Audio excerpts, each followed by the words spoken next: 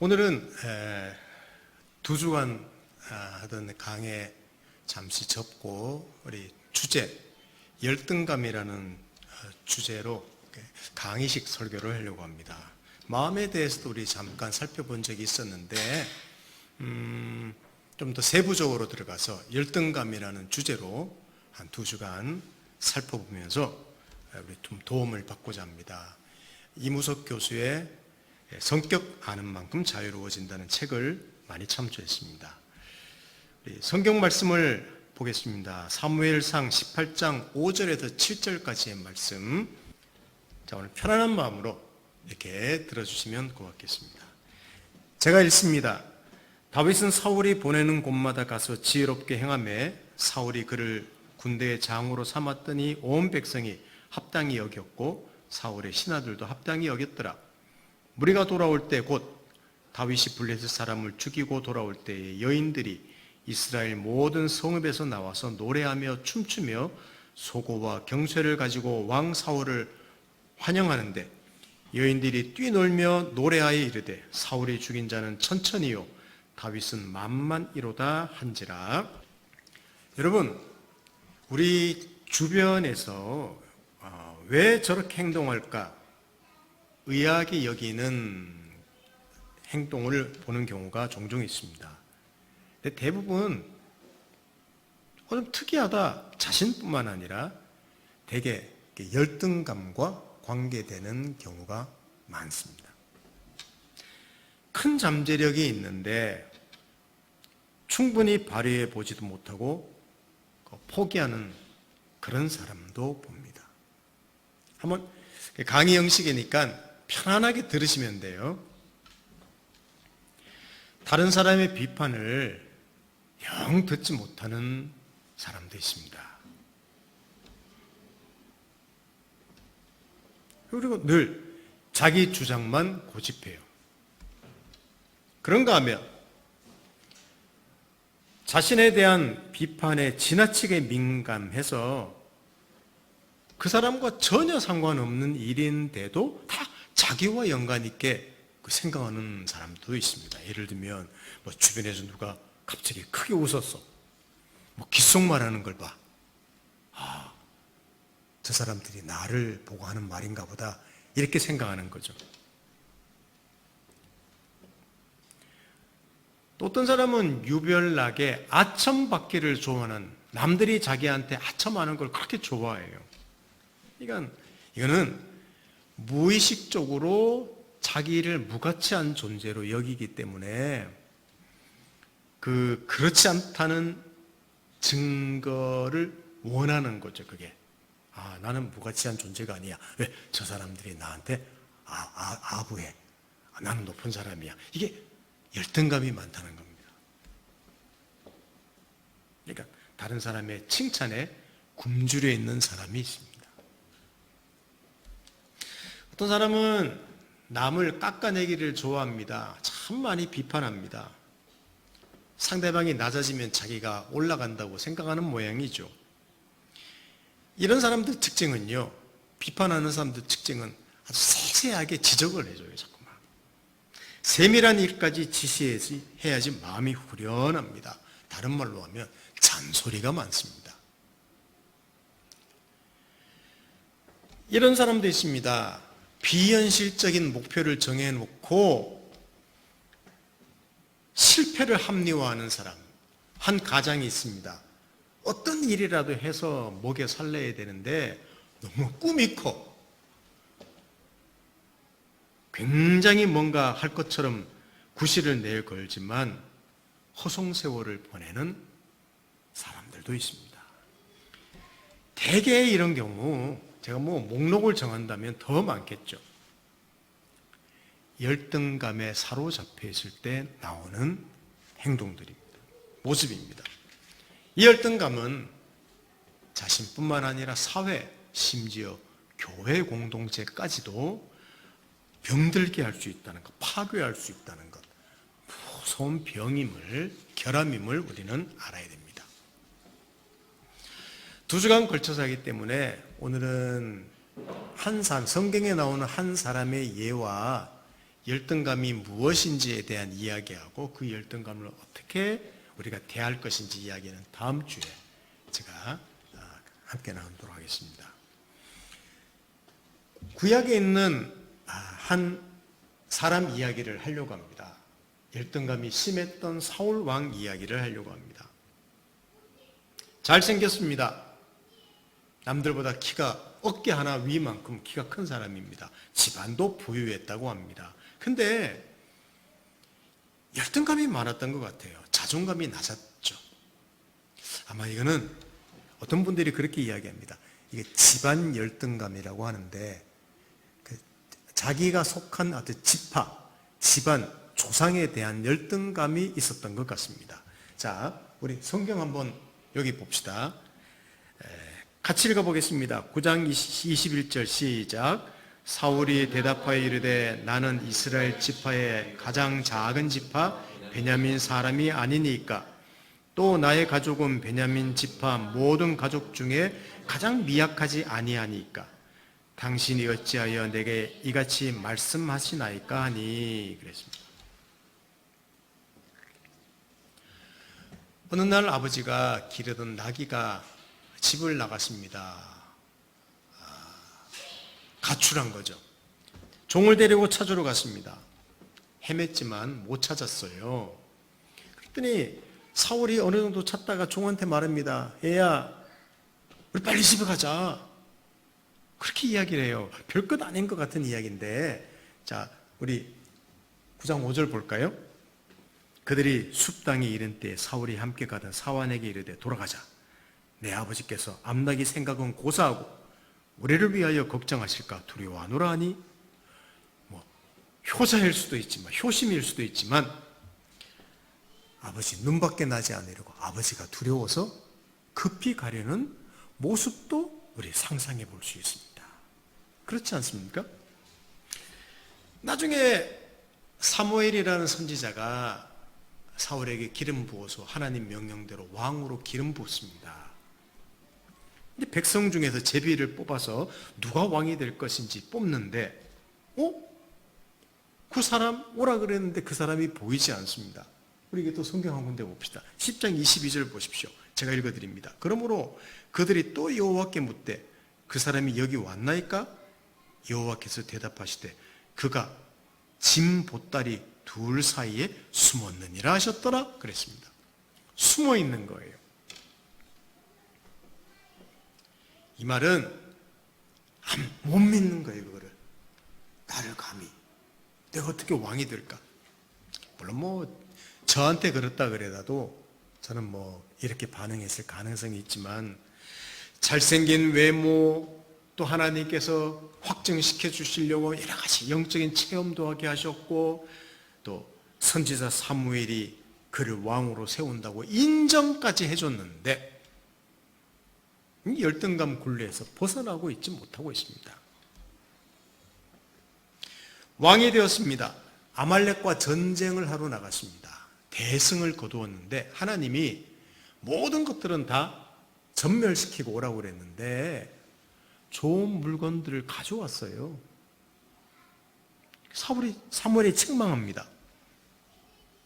근데 사울 왕은 변명하죠.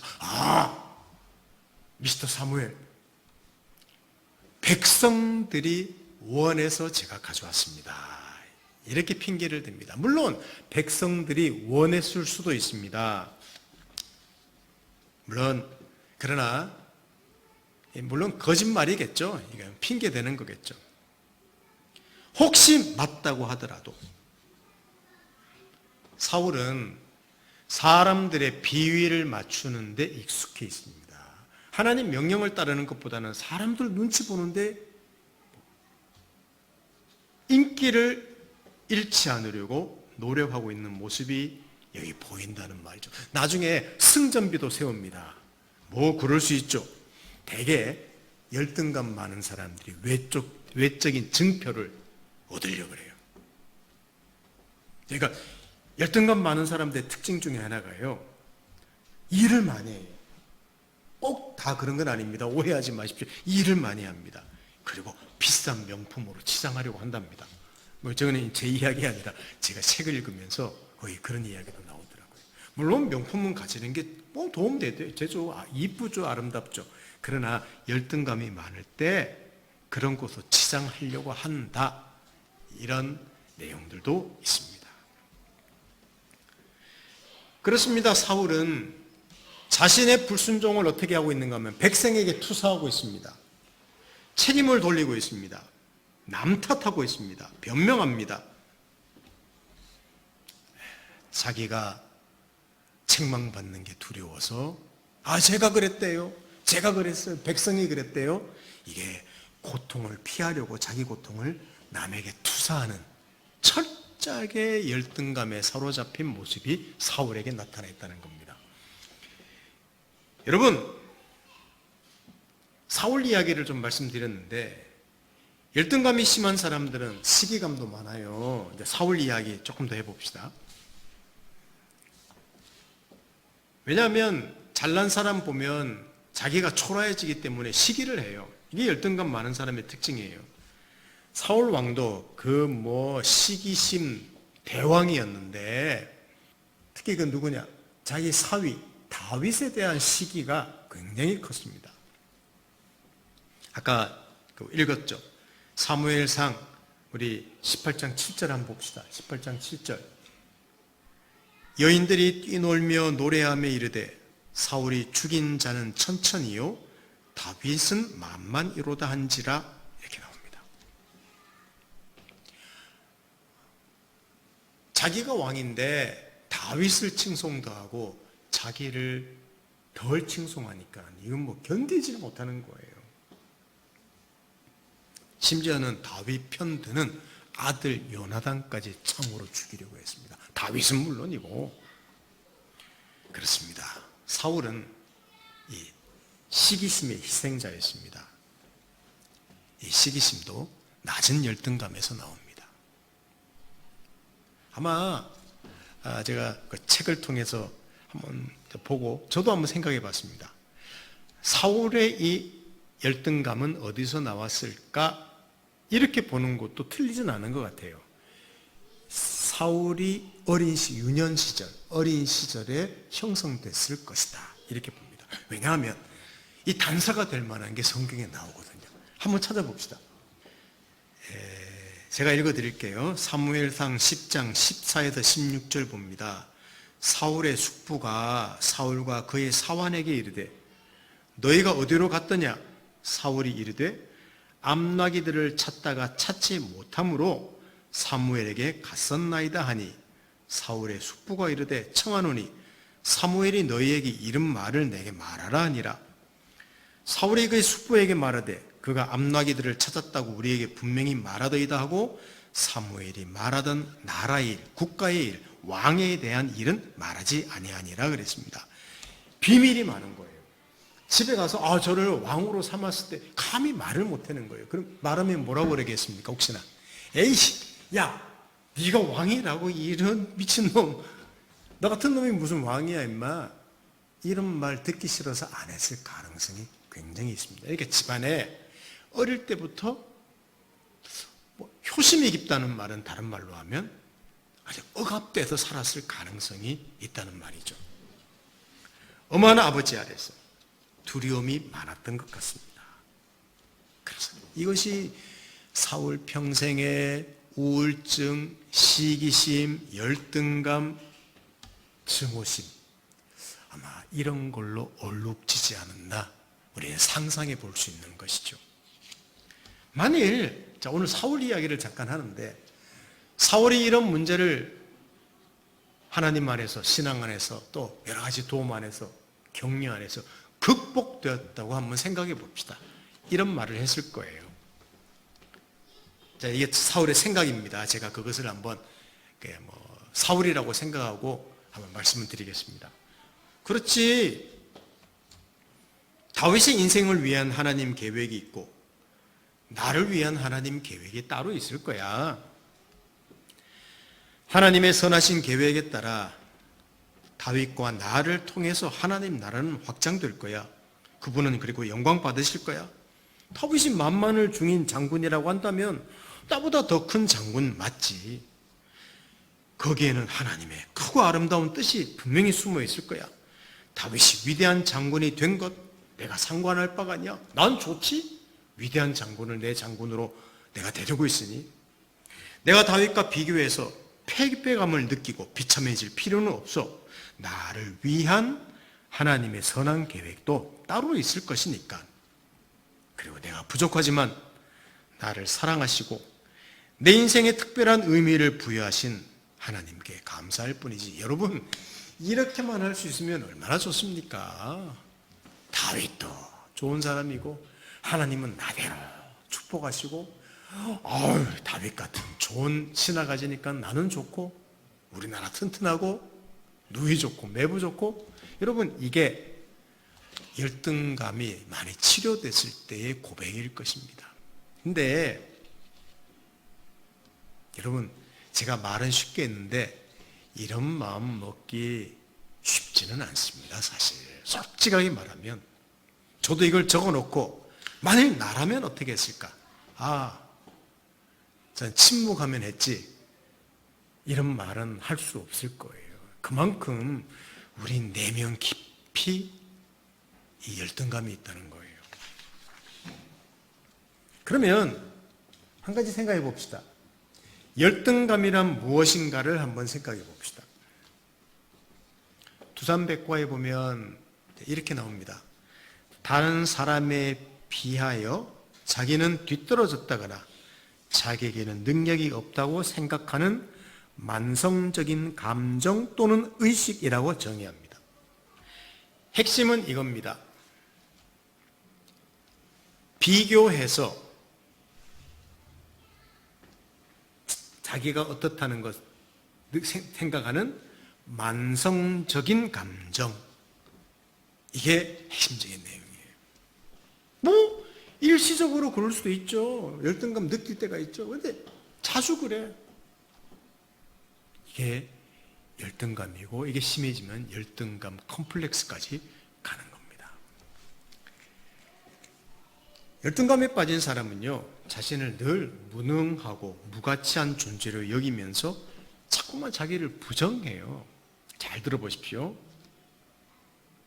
합리적이거나 이성적이지 못합니다. 불안 심리를 동반해서 이상 행동을 보일 때가 많습니다.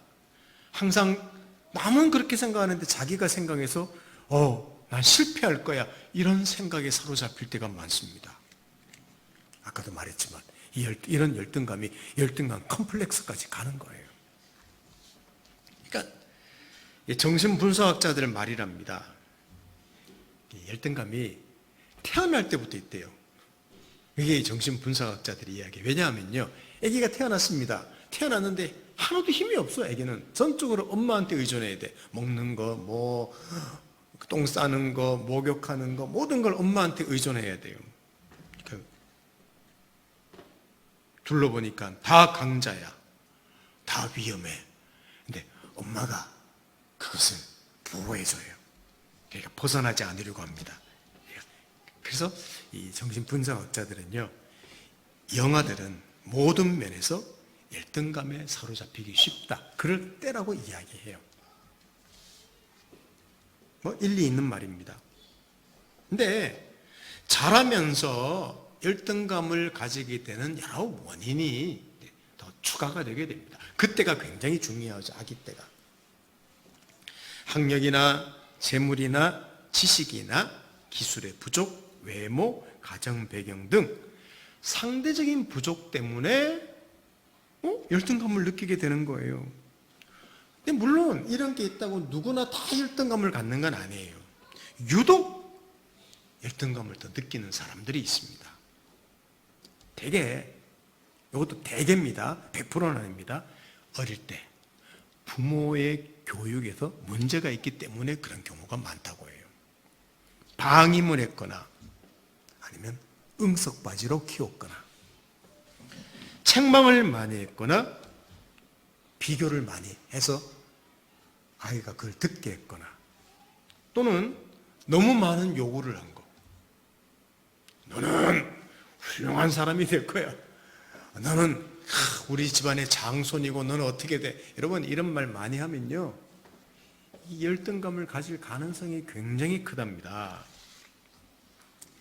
저도 이제 경험해 본 것이지만 자매들끼리도 잘할 때 어떤 아이한테는 야, 너 참 이쁘구나 그랬는데 어떤 아이한테는 너 귀엽구나 그 말만 해도 열등감을 가져요. 똑같은 말을 해주는 게 좋아요. 근데 아이들이 자라다 보면 고집 부릴 때가 있습니다. 근데 야단을 쳐요. 야단을 치는데 똑같이 야단치자 하고 부모는 그 말썽 부린 아이를 향해서 더 야단칠 때가 있죠. 너는 왜 그러니? 응? 쟤 봐봐.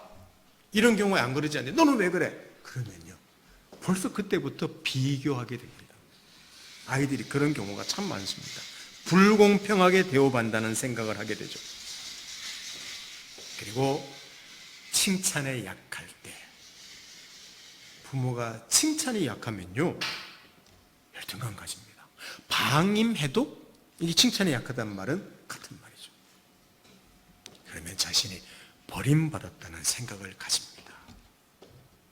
사실 이거는 우리 인생의 어떤 자라는 과정을 제가 이야기했는데, 더 성경을 통해서 근본으로 들어가면, 하나님은 인간을 처음 만들 때 자기 형상대로 만들었습니다. 한번 보십시오. 창세기 1장 27절 같이 읽겠습니다. 시작. 하나님이 자기 형상 곧 하나님의 형상대로 사람을 창조하시되 남자와 여자를 창조하시고, 위대하게 만들었습니다. 멋지게 만들었죠. 올바른 인격을 가지고 만들었죠. 근데 사탄이 다가옵니다. 유혹을 하죠. 너 하나님과 같이 될 수 있어. 너 하나님과 같이 될 수 있어. 너 지금 뭔가 문제가 있는 거야. 선악을 알게는 나무 왜 못 먹게 하는 줄 아니? 그거 하나님 자기처럼 될까봐 두려워서 그런 거야. 너 열등감 느낄 필요 없어. 이렇게 꼬십니다. 이때부터 비교를 하기 시작하는 거예요, 인간이. 그리고 창조주와 피조물 간의 관계가 비정상적으로 됩니다. 보십시오. 창세기 3장 5절 보십시오. 자, 함께 읽습니다. 시작. 너희가 그것을 먹는 날에는 너희 눈이 밝아져 하나님과 같이 되어 선악을 알 줄 하나님이 아심이니라. 아멘. 그랬습니다. 봐, 하나님처럼 되는데 너 지금 하나님이 너 속이고 있는 거야. 비교하는 거죠. 너 뭐 문제가 있구만. 이 창조주와 피조물이라는 관계를 잊어버린 거예요. 단지 내가 문제 있고 나 열등한 존재구나. 이 창조 때부터 이런 면이 시작됐다고 볼 수 있습니다. 하나님과 관계가 깨어졌습니다. 그리고 자기 중심이 되었습니다. 자기 주장만 합니다. 자기 성취에 근거해서 자기 가치와 존엄성을 이제 가지게 됩니다. 하나님이 무엇을 말씀하시고 너를 내 형상대로 만들었다, 다 소용없는 거예요. 내가 그러니까 내가 비교하고, 내가 잘나면 윽박지르고, 내가 못나면 기죽고, 이렇게 살기 시작한 게 인류의 역사의 시작이라는 거예요. 이게 열등감이라고 성경은 말하고 있습니다. 이런 게 시작된 우리 자화상이 사람마다 각각 다르게 자화상을 가지게 되었죠. 그리고 유난히 그런 자화상을 수치스럽게 여기게 되는 것. 왜? 자기가 주인으로 사는 존재이기 때문에 그렇습니다. 이렇게 말하는 사람이 있습니다. 나는, 혹시 여러분도 그런지 생각해 보십시오. 자기 자신에 대해서. 나는 남에게 불쾌감을 주는 사람이야. 나는 줏대도 없어. 아는 것도 변변치 못해. 나는 성격 별로 좋지 않아. 누가 이런 나를 좋아할까? 자기가 색안경 쓰고 자기를 봐요. 또 어떤 사람은 자기의 작은 눈과 대머리를 나는 박사 스타일이야. 난 지적인 모습을 가졌어. 이렇게 보는 사람도 있습니다. 그러나 어떤 이는 죽을 만큼 수치스럽게 여기는 사람도 있어요. 열등감에 안경을 쓰고 자신과 세상을 바라보기 때문에 모든 것이 힘듭니다. 이게 열등감의 모습이에요. 어떤 애는요, 자기 능력의 한계 때문에 열등감에 빠집니다. 어릴 때부터 우리 그런 교육을 받았습니다. 유능하면 칭찬을 듣습니다. 숙제 못 해가거나 시험을 못 치거나. 옛날에 그랬죠. 여러분도 그런 경험 있습니까? 시험 잘 치는 사람 어디가 앉습니까? 앞자리. 시험 못 치는 놈 뒷자리가. 아니 그렇게 물론 공부하라고 격려하고 뭔가 채찍질로 그렇게 앉혔지만 얼마나 열등감을 느끼겠습니까? 그렇지 않습니까? 이 동양 문화권에서는 그런 게 굉장히 심했습니다. 저도 어릴 때 그렇게 자랐으니까. 유능하면 칭찬을 받고 보상을 받습니다. 무능한 아이는 비난받고 천대를 받습니다. 공부 잘하면 선생님 사랑을 독차지합니다. 직장에서도 실적으로 평가받습니다. 그 사람 물론 직장은 어쩔 수 없다고 그럽시다. 가정에서도 그래요. 친구 사이에서도 그래요. 우리는 그런 세상 속에 살고 있어요. 한 사람 이야기인데 물론 이것도 책에 나온 이야기를 제가 발췌해서 말씀드립니다만은 어떤 한 여사장님이 있었습니다. 근데 이 여사장님은요, 우울의 늪에 빠지면 헤어나올 줄을 몰랐습니다. 모든 의욕을 상실했습니다. 그리고 나는 초라해. 너무 초라해. 이렇게 말을 했대요. 근데 알고 보면요, 이 여사장님은 재산이 어마어마했답니다. 죽을 때까지 써도 남을 만큼 돈이 있었대요. 남편도 부족한 것이 없었대요. 근데 어느 날 한 가지 사실을 깨달았습니다. 학벌 때문이라는 사실을 깨달았습니다. 초등학교밖에 안 나왔기 때문입니다. 그래서 어떤 모임에 가서도 학벌이 화제가 되면요, 이상하게 얼굴이 달아올랐대요. 부끄러움을 가졌대요. 이분 이야기입니다. 이 실제 이야기거든요. 누가 학벌 물어본 것도 아닌데 스스로 부끄러워서 죄 지은 사람처럼 움츠렸다고 이야기를 했다고 합니다. 아마가 아니라 이랬대요. 옛날에는 그런 분들 많지 않습니까? 여자가 무슨 공부를 해. 시집이나 잘 가지. 공부를 안 시켜서 초등학교밖에 못 나오겠답니다. 근데 자기 집에는 아들들은 다 대학 보냈대요.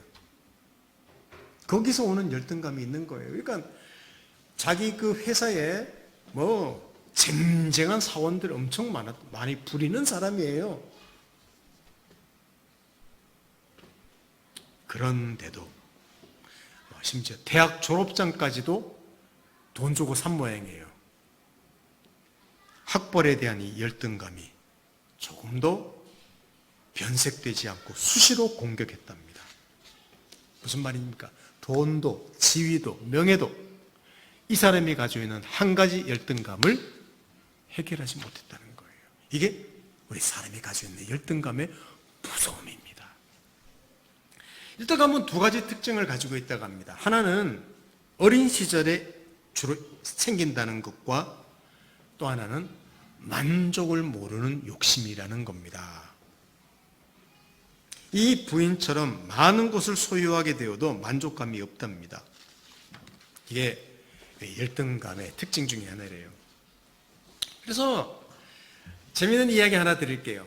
배우자를 선택할 때 이 열등감이 크게 작용을 한답니다. 실제로. 자기 열등감 보상해 줄 상대를 찾는데요. 키가 작은 사람은요, 누구를 자꾸 찾는가 하면 키 큰 사람을 찾는데, 그리고 가난한 사람은요, 부자를 찾고, 권력에 대한 열등감 가진 사람은 힘이 있는 사람을 찾고, 아버지가 바람둥이인 사람은요, 목사, 종교인을 보기도 한답니다. 괜히 호감이 간대요. 그런 사람들 대개 보면 아버지가 바람둥이인 경우가 많답니다. 이거 정신분석학자들 이야기예요. 그러나 전체를 보지 못하고 하나에 집착하기 때문에 나중에 그렇게 결혼했어. 그게 행복인 줄 알고 자기 열등감 해결하려고 결혼했는데 나중에 이혼하는 경우가 참 많답니다. 안 맞으니까.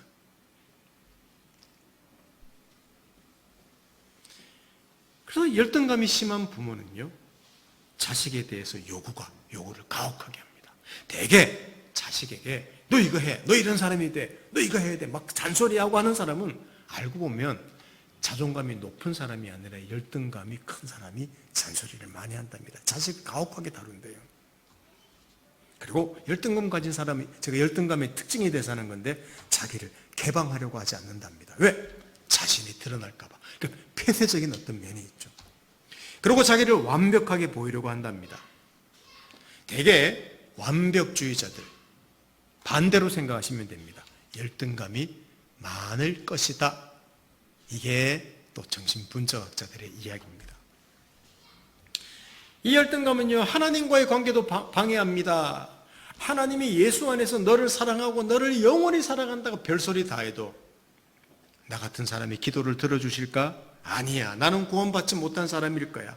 하나님 원망합니다. 하나님 왜 나를 이따위로 만드셨나요? 왜 내 인생은 복을 주시지 않나요? 늘 그렇게 99개를 줬는데 하나 가지고 하나님 원망하는 사람으로 삽니다. 이게 하나님과의 관계에서도 열등감이 얼마나 작용하는지 몰라요.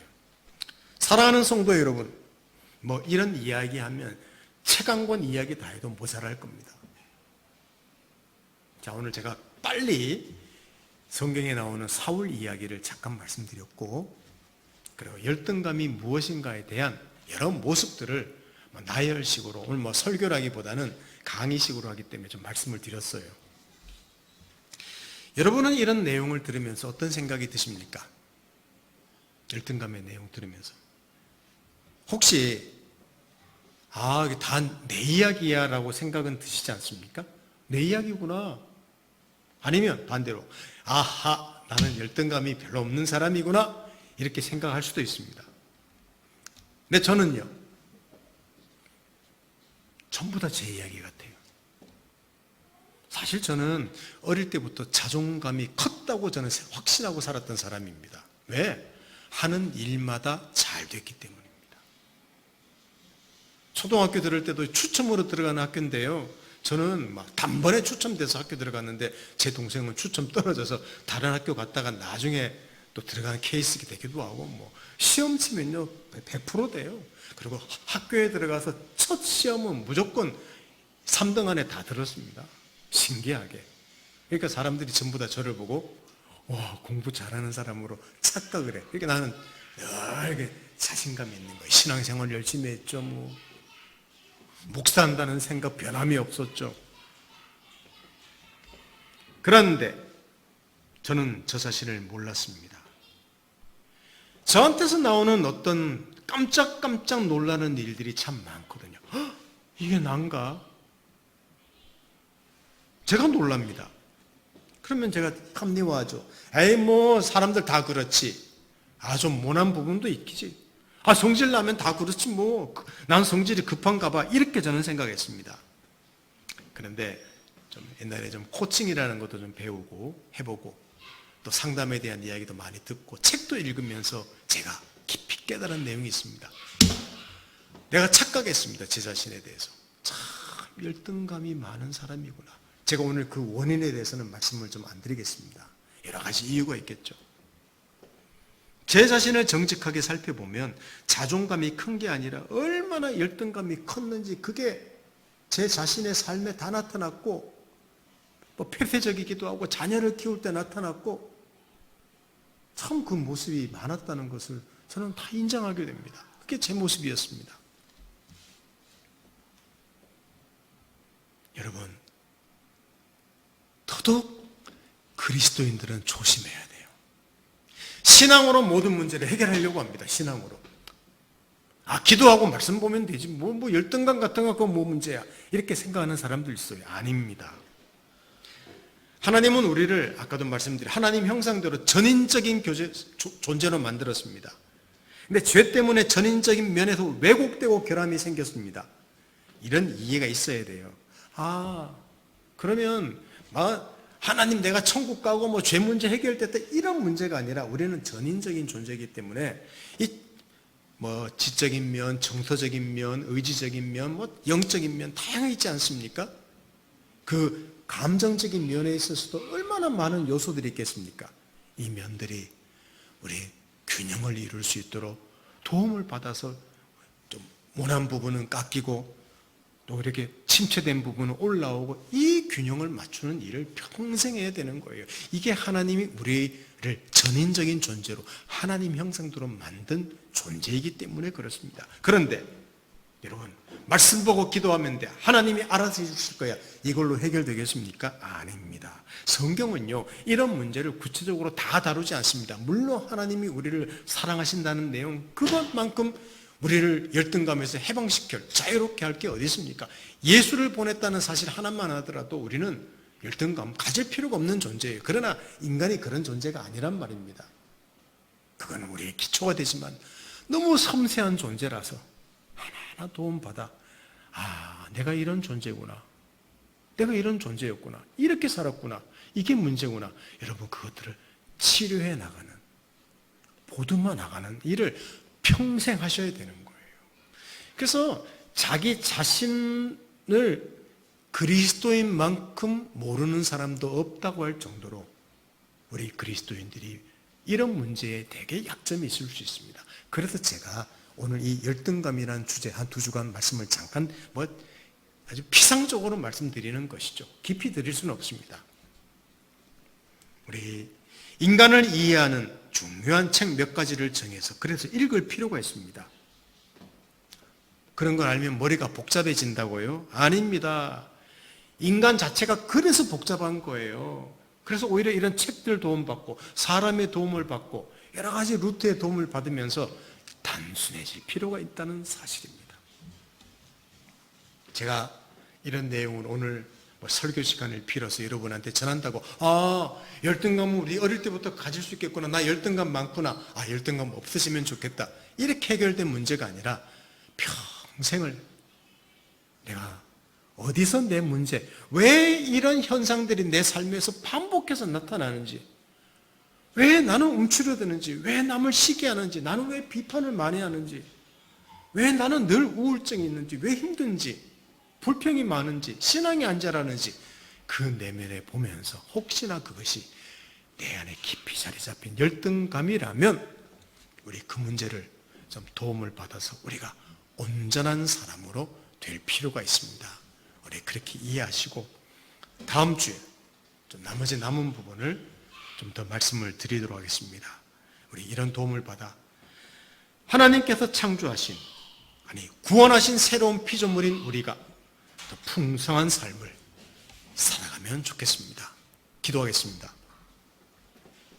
하나님 아버지, 감사합니다. 하나님의 은혜가 있어서 자녀되고 풍성한 삶을 살게 해주셨습니다. 평생 우리 자신을 정말 가꿀 인생입니다.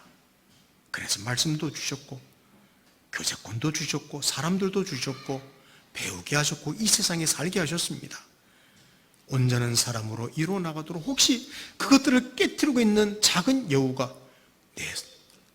내가 가지고 있는 열등감이 아닌지 생각해보는 시간을 가졌습니다.